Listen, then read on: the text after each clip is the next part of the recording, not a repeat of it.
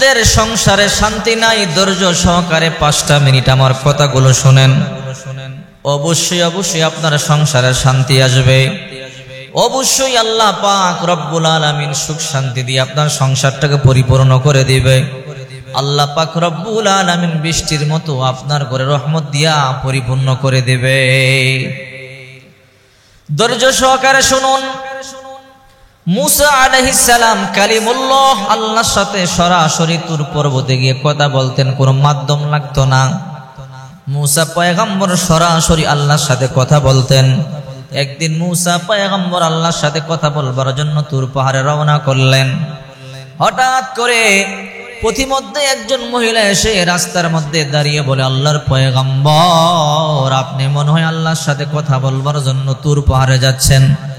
মুসা পয়গম্বর বলল, হ্যাঁ মহিলা, আমি আল্লাহর সাথে কথা বলবার জন্য তুর পাহাড়ে যাচ্ছি। তুমি আমার রাস্তা অবরোধ কেন করলাম? আমার রাস্তা ছেড়ে দাও, আমাকে আল্লাহর সাথে কথা বলবার জন্য যেতে দাও। ওই মহিলা বলে, ওগো আল্লাহর নবী, আমিও বুঝতে পেরেছি আপনি আল্লাহর সাথে কথা বলবার জন্য তুর পাহাড়ে যাবেন। ওগো আল্লাহর নবী, আমি একজন বন্দা মহিলা, আমার সন্তান হয় না, এই জন্য আমার স্বামী আমাকে দেখতে পারে না।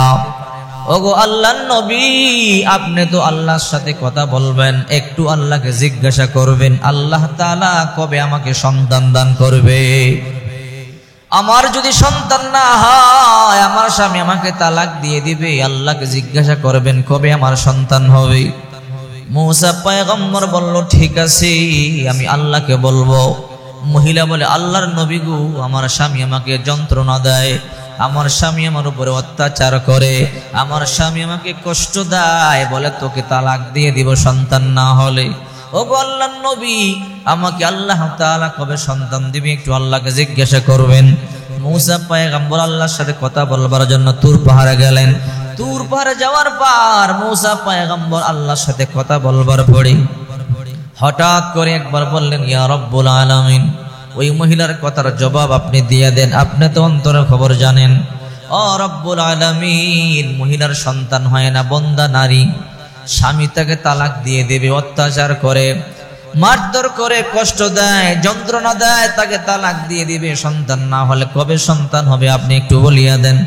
আল্লাহ তাআলা বলে, মুসা রে, তাকে বলিয়া দিও তার নামটা বন্দাদের খাতার মধ্যে লিখে দিয়েছি, তার কোনো সন্তান হবে না, তার নাম বন্দাদের খাতার মধ্যে। আমি আল্লাহ কাউকে ছেলে সন্তান দান করি, আমি আল্লাহ কাউকে মেয়ে সন্তান দান করি, আবার আমি আল্লাহ কাউকে ছেলেও দান করি, কাউকে মেয়েও দান করি, আবার আমি আল্লাহ কাউকে শুধু ছেলে সন্তান দান করি, কাউকে শুধু মেয়ে সন্তান দান করি, আবার আমি আল্লাহ কাউকে বন্দা বানাই। রে মুসা, তাকে বলে দিও তার নামটা বন্দাদের খাতার মধ্যে, তার কোনোদিন সন্তান হবে না। আল্লাহর নবী আসতেছে, আল্লাহর সাথে কথা বলবার পরে যখন ফিরে আসলেন, ওই মহিলা পথের মধ্যে দাঁড়িয়ে রইল। আল্লাহর নবী, আপনি কি আল্লাহকে জিজ্ঞাসা করেছেন? বলে, হ্যাঁ জিজ্ঞাসা করেছি। আল্লাহ কি বলেছে? মারে, তোমার কোনোদিন সন্তান হবে না, তোমার নামটা আল্লাহ পাক রব্বুল আলামিন বন্দাদের খাতার মধ্যে লিখে দিয়েছে, তোমার কোনোদিন সন্তান হবে না। মহিলা চোখের পানি গুলো সারিয়া কান্না করিয়া চলিয়া যায়। আহারে, আমার কোনোদিন সন্তান হবে না, আমার স্বামী এই কথা শুনলে আমাকে তালাক দিয়ে দিবে, আমার স্বামী অত্যাচার আরো বাড়াইয়া দিবে, বলবে তোকে আর আমি রাখবো না, তালাক দিয়ে দিব। ওই মহিলা বাড়িতে চলে গেল, চোখের পানিগুলো সারিয়া কান্না করে আল্লাহর দরবারে দোয়া করে বলে, আল্লাহ তুমি আমাকে সন্তান দান করো। আমি জানি তুমি সিদ্ধান্ত পরিবর্তন করলে কারো কোনো অনুমতি লাগে না। ওগো আল্লাহ, আমাকে একটা সন্তান দান করো, আমাকে সন্তান দান করলে কারো কাছে কৈফিয়ত দেওয়া লাগবে না। আবার কিছুদিন পরে ওই মহিলা মুসা পয়গম্বরের সামনে আসলো, এসে বলে, আল্লাহর নবী, আপনি তো তুর পাহাড়ে যাচ্ছেন, আল্লাহর সাথে কথা বলবেন। বলে, হ্যাঁ। ও আল্লাহর পয়গম্বর, আল্লাহকে একটু জিজ্ঞাসা করবেন আল্লাহ তাআলা আমাকে সন্তান কবে দিবে। মুসা পয়গম্বর বলে, মা তোমাকে তো আগেই বলেছি, আল্লাহ তাআলা বলেছে তোমার সন্তান হবে না, তোমার নামটা বান্দাদের খাতার মধ্যে আল্লাহ পাক রব্বুল আলামিন তোমাকে সন্তান দান করবে না। মহিলা বলে, ও আল্লাহর নবী, আপনি আল্লাহকে জিজ্ঞাসা করবেন আল্লাহ তাআলা কবে আমাকে সন্তান দান করবে। ওই মহিলা নাসুর বান্দা। মূসা পয়গম্বর বলল, ঠিক আছে, আল্লাহকে জিজ্ঞাসা করব। মূসা পয়গম্বর কথা বলবার জন্য তুর পাহাড়ে চলে গেলেন। লম্বা সময় কথা বলবার পরে হঠাৎ করে বলে, আল্লাহ, তোমার ওই বান্দি আবারও জিজ্ঞাসা করেছে সন্তান কবে হবে। ওগো আল্লাহ, তুমি আমাকে বলিয়া দাও। আল্লাহ তাআলা বলে, মূসা, তোমাকে তো আগেই বলেছি তার সন্তান হবে না, তার নামটা বান্দাদের খাতার মধ্যে, তার সন্তান হবে না। যাও যাও, তাকে গিয়ে বলে দাও তার কোনো সন্তান হবে না। মূসা পয়গম্বর দ্বিতীয় দিন যখন আবার আল্লাহর সাথে কথা বলে ফিরে আসতেছিলেন, ওই মহিলা রাস্তা অবরোধ করে বলে, আল্লাহর পয়গম্বর আল্লাহকে জিজ্ঞাসা করেছেন নাকি? বলে, হ্যাঁ জিজ্ঞাসা করেছি। ওগো আল্লাহর পয়গম্বর, আল্লাহ কি বলেছে? রে মা, আল্লাহ তাআলা বলেছে তোমার কোনোদিন সন্তান হবে না, তোমার নামটা বান্দাদের খাতার মধ্যে। ওই মহিলা চোখের পানি সারিয়া কান্না করিয়া চলিয়া যায়, কিন্তু দোয়া বন্ধ করে না। সেজদায় পড়ে কান্না করে বলে, মালিক, তুমি একটা সন্তান আমাকে দান করলে কারো কাছে কৈফিয়ত দেওয়া লাগবে না, কেউ তোমার কাছে জবাব চাবে না। ও রব্বুল আলামিন, একটা সন্তান আমারে দাও। ওই মহিলার চোখের পানিগুলো ছেড়ে ছেড়ে কান্না শুরু করে দিলেন। এমনি কয়েকদিন পরে আবার আল্লাহর পয়গম্বরের সামনে আসলো, ও মূসা নবী, একটু আল্লাহকে জিজ্ঞাসা করবেন আল্লাহ তাআলা আমাকে কবে সন্তান দান করবে। মূসা পয়গম্বর বলে, রে মহিলা, আমি তো তোমাকে আগেই বলেছি আল্লাহ তাআলা দুইবার বলেছে তোমার সন্তান হবে না, তোমার নামটা বান্দাদের খাতার মধ্যে। ওই মহিলা বলে, ও আল্লাহর পয়গম্বর, আপনি আবার আল্লাহকে জিজ্ঞাসা করবেন আল্লাহ তাআলা আমাকে সন্তান কবে দিবে। মূসা পয়গম্বর বলল, ঠিক আছে, আল্লাহকে জিজ্ঞাসা করব। আবার কথা বলবার জন্য তুর পাহাড়ে গেল। কথা বলবার পরে আল্লাহর পয়গম্বর এক পর্যায়ে বলল, ও আল্লাহ, ওই তোমার নাসুর বান্দা মহিলা, তোমার বান্দি আবারও জিজ্ঞাসা করেছে তার সন্তান কবে হবে। আল্লাহ বলে, মূসা, তোমাকে কয়বার বলবো? তোমাকে আগেও দুইবার বলেছি তার সন্তান হবে না, তার নামটা বান্দাদের খাতার মধ্যে। মূসা, যাও তুমি বলিয়া দাও তার নামটা বান্দাদের খাতার মধ্যে। এই কথা বলবার পরে আল্লাহর পয়গম্বর যখন আবার ফিরে আসতেছিলেন, ওই মহিলা জিজ্ঞাসা করে, ওগো আল্লাহর পয়গম্বর, আপনি কি আল্লাহকে জিজ্ঞাসা করেছেন? বলে, হ্যাঁ। আল্লাহ কি বলেছে? তোমার সন্তান হবে না, তোমার নামটা বান্দাদের খাতার মধ্যে। ওই মহিলা একটা চিৎকার দিয়ে বলে, আল্লাহ, তুমি কি আমাকে সন্তান দিবা না? কত মহিলাকে তুমি সন্তান দাও। ওগো আল্লাহ, যার বেশি দরকার নাই তাকে তুমি বেশিও দিয়ে দাও, আর আমার একটা সন্তান দরকার, একটা সন্তান তুমি আমাকে দাও না। ওই মহিলা চলে গিয়া চোখের পানি সারিয়া কান্না করিয়া সাজদা পরে কান্দে, ওগো আল্লাহ, আমি জানি তুমি কোনো সিদ্ধান্ত নিলে কারো কাছে অনুমতি নেওয়া লাগে না। রব্বুল আলামিন, একটা সন্তান তুমি আমাকে দাও, যে কারণে আমার সংসারের মধ্যে অশান্তি। আমাদের সমাজের মধ্যে দেখবেন অনেক ঘরে মেয়েদের সন্তান হয় না, স্বামী দেখতে পারে না, সংসারে অশান্তি। বারে বারে বলে, তোকে আমি তালাক দিয়ে দিব, তোর সন্তান হয় না। আসলে সন্তান দেওয়ার মালিক আল্লাহ, তোমার বিবির হাতে কোনো কিছু নাই। বিবিকে দমক দিও না, সাবধান, স্ত্রীকে কষ্ট দিও না। রাসূল করিম সাল্লাল্লাহু আলাইহি ওয়াসাল্লাম বলেন, আদ-দুনিয়া কুল্লুহা মাতা ওয়া খায়রুল মাতা'id দুনিয়া ইমরাতুস সালিহা। গোটা দুনিয়াটাই হলো আল্লাহ পাকের নিয়ামত, এর মধ্যে সর্বশ্রেষ্ঠ নিয়ামত একটা নেককার স্ত্রী। যে ঘরে একটা নেককার স্ত্রী আছে, ওই ঘরটা জান্নাতের বাগান। আর যেই ঘরে একটা বদকার স্ত্রী আছে, জাহান্নামের গর্ত হয়ে যায়। এই জন্য সাবধান, বিবিরে কষ্ট দিও না। বুখারী শরীফের মধ্যে রাসূল পাক সাল্লাল্লাহু আলাইহি ওয়াসাল্লামের হাদিস আছে, কোন স্বামী যদি বিবির মুখের মধ্যে খাবার তুলিয়া দেয় সুন্নাত সওয়াব হয়। কোন বিবি যদি স্বামীর মুখে খাবার তুলিয়া দেয় সুন্নাত সওয়াব হয়। স্বামী আর স্ত্রী কথা বলা সওয়াব, আনন্দ করা সওয়াব, স্বামী আর স্ত্রী তাকাইয়া থাকা সওয়াব, স্বামী আর স্ত্রীর হাসি ঠাট্টা করা সওয়াব। এই জন্য বিশ্ব নবী মুহাম্মদ সাল্লাল্লাহু আলাইহি ওয়াসাল্লাম বলেন, উম্মতেরা রে, স্বামী আর স্ত্রীকে আল্লাহ তাআলা যেন বানাইছে একে অপরের কল্যাণের জন্য। আল্লাহ পাক বলেন, হুন্না লিবাসুল লাকুম ওয়া আনতুম লিবাসুল লাহুন্না। স্বামী আর স্ত্রী একে অপরের ভূষণ, একে অপরের পোশাক। এই জন্য সাবধান, স্বামী কখনো স্ত্রীকে কষ্ট দিবেন না, আর স্ত্রী কখনো স্বামীকে কষ্ট দিবেন না। ওই মহিলা বাড়িতে চলে যায়, বাড়িতে গিয়া চোখের পানি সেরে সেরে কান্না করে বলে, মালিক একটা সন্তান আমাকে দিলে তোমার কোনো অভাব পড়বে না, আমাকে একটা সন্তান দিলে কারো কাছে কৈফিয়ত দিতে হবে না। ও রব্বুল আলামিন, আমার সংসারটা ভাঙ্গিয়া তোমার কি লাভ হবে? আমাকে হতভাগী বানাইয়া তোমার কি লাভ হবে? একটা সন্তান আমারে দাও। ওই মহিলা চোখের পানিগুলো সারিয়ে যখন কান্না শুরু করে দিল, আল্লাহর কুদরতি অন্তরে জোশ ফেলে গেল। আল্লাহ পাক রব্বুল আলামিন তাকে একটা সন্তান নয়, দুইটা সন্তানের মা বানাইয়া দিছে।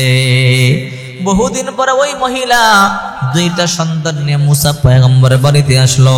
একটা সন্তান হাঁটিয়ে হাঁটিয়ে আসছে, আর একটা সন্তান কোলের মধ্যে করিয়ে আসছে।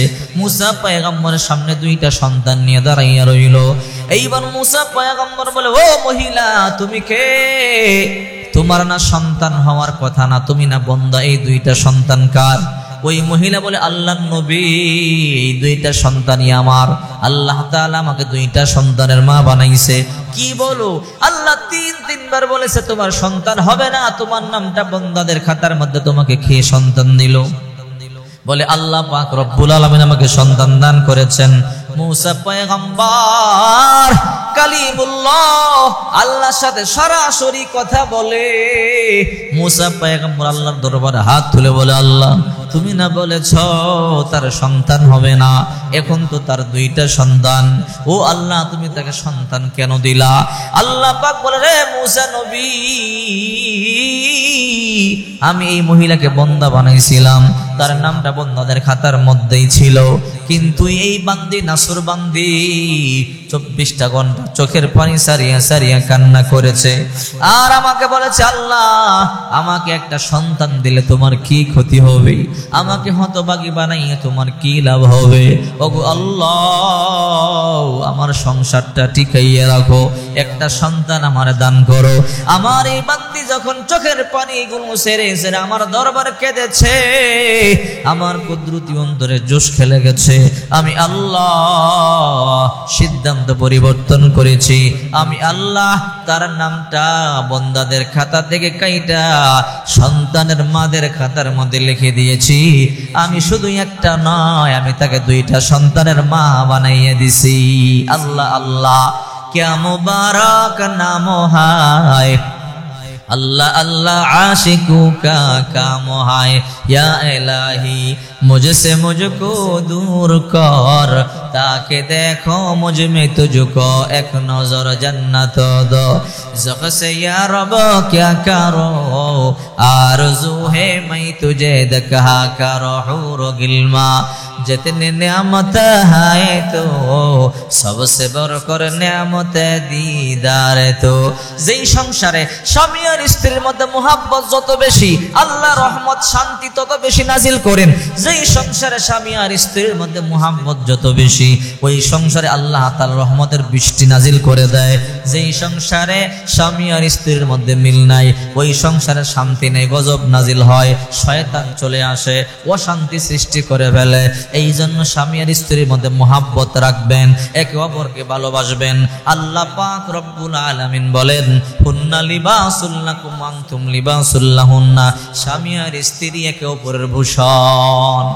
এই জন্য যদি স্ত্রীকে ভালোবাসেন আপনার ঘরে শান্তি আসবে, যদি স্বামীকে ভালোবাসেন শান্তি আসবে। টাকায় শান্তি দিতে পারে না, পয়সার শান্তি দিতে পারে না। মা আয়েশা রাদিয়াল্লাহু তাআলা আনহা বলে, হে দুনিয়াবাসী, আমাদের ঘরে অর্থের অভাব থাকতে পারে ঠিকই, আমাদের ঘরে টাকার অভাব থাকতে পারে ঠিকই, কিন্তু আমাদের ঘরে ভালোবাসার কমতি নাই।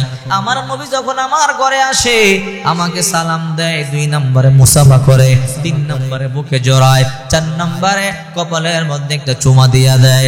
ঘরে ঢুকায় বলে, ও আয়েশা, রান্না বান্না হয়েছে কিনা বলো। আমি কখনো কখনো বলতাম, ইয়া রাসূলুল্লাহ রান্না বান্না হয় নাই। আমার নবী ঘরে ঢুকা রান্না বান্নার কাজে সহযোগিতা করতেন। রান্না বান্নার কাজ শেষ হয়ে গেলে আমার নবী একা একা খেতেন না, আল্লাহর পয়গম্বর বিবিদেরকে নিয়ে খাবার খেতেন।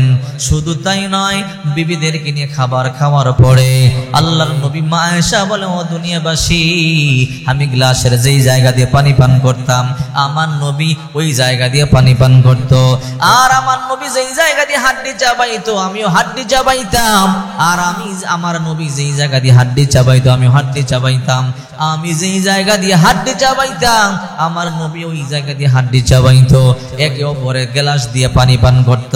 নবী যেই জায়গা দিয়ে পানি পান করত, গ্লাসের দাগ দেখিয়া মা আয়েশা ওই জায়গা দিয়ে পানি পান করত। আবার মা আয়েশা গ্লাসের যেই জায়গা দিয়ে পানি পান করত, নবী ওই জায়গা দিয়ে পানি পান করত। আবার আমার নবী যখন ঘর থেকে বাহির হইতেন, মা আয়েশা বলেন, আমাকে সালাম দিতেন, মুসাফা করতেন, বুকে জড়াতেন, কপালে চুমা দিতেন। হে দুনিয়াবাসী, আমাদের ঘরে টাকার অভাব থাকতে পারে ঠিকই, পয়সার অভাব থাকতে পারে ঠিকই, কিন্তু ভালোবাসার কমতি নাই। আল্লাহর কসম করে বলি, টাকায় শান্তি দিতে পারে না, ক্ষমতায় শান্তি দিতে পারে না। অনেক ক্ষমতাওয়ালা ঘরে ঘুমাইতে পারে না, অনেক টাকাওয়ালা ঘরে ঘুমাইতে পারে না, ক্ষেত জমিনের মধ্যে ঘুমায়। অনেক টাকাওয়ালা বিবির সাথে ঘুমাইতে পারে না, ভাগিয়া ভাগিয়া রাস্তায় রাস্তায় ঘুমায়।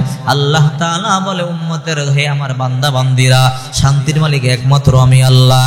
নবীর সুন্নাহ মোতাবেক চলেন, আল্লাহর হুকুম মোতাবেক চলেন, আল্লাহ তাআলা শান্তি দিয়ে ঘরটারে পরিপূর্ণ করে দিবে। হে যুবক ভাই, ঘরে ঢুকবার পরে বিবিরে সালাম দিবা, 2 নম্বরে মুসাফা করবা, 3 নম্বরে বুকে জড়াইয়া কপালের মধ্যে একটা চুমা দিয়ে দিবা। আল্লাহর কসম করে বলি, গতকাল তোমার বিবি তোমার যতটা না ভালোবেসেছে, তার থেকে 1000 গুণ বেশি আজকে তোমারে ভালোবাসবে। এই জন্য আল্লাহর হাবিব মুহাম্মদুর রাসূলুল্লাহ সাল্লাল্লাহু আলাইহি ওয়াসাল্লাম বলেন, মান আহাব্বা সুন্নতি ফাকাদ আহাব্বানি ওয়া মান আহাব্বানি কানা মাই ফিল জান্নাহ। যে আমার সুন্নাতকে ভালোবাসবে, সে আমি নবীকে ভালোবাসলো, আর যে আমি নবীকে ভালোবাসলো, সে আমি নবীর সাথে জান্নাতে যাবে। টাকা পয়সায় সুখ শান্তি দিতে পারে না, সুখ শান্তির মালিক একমাত্র আল্লাহ।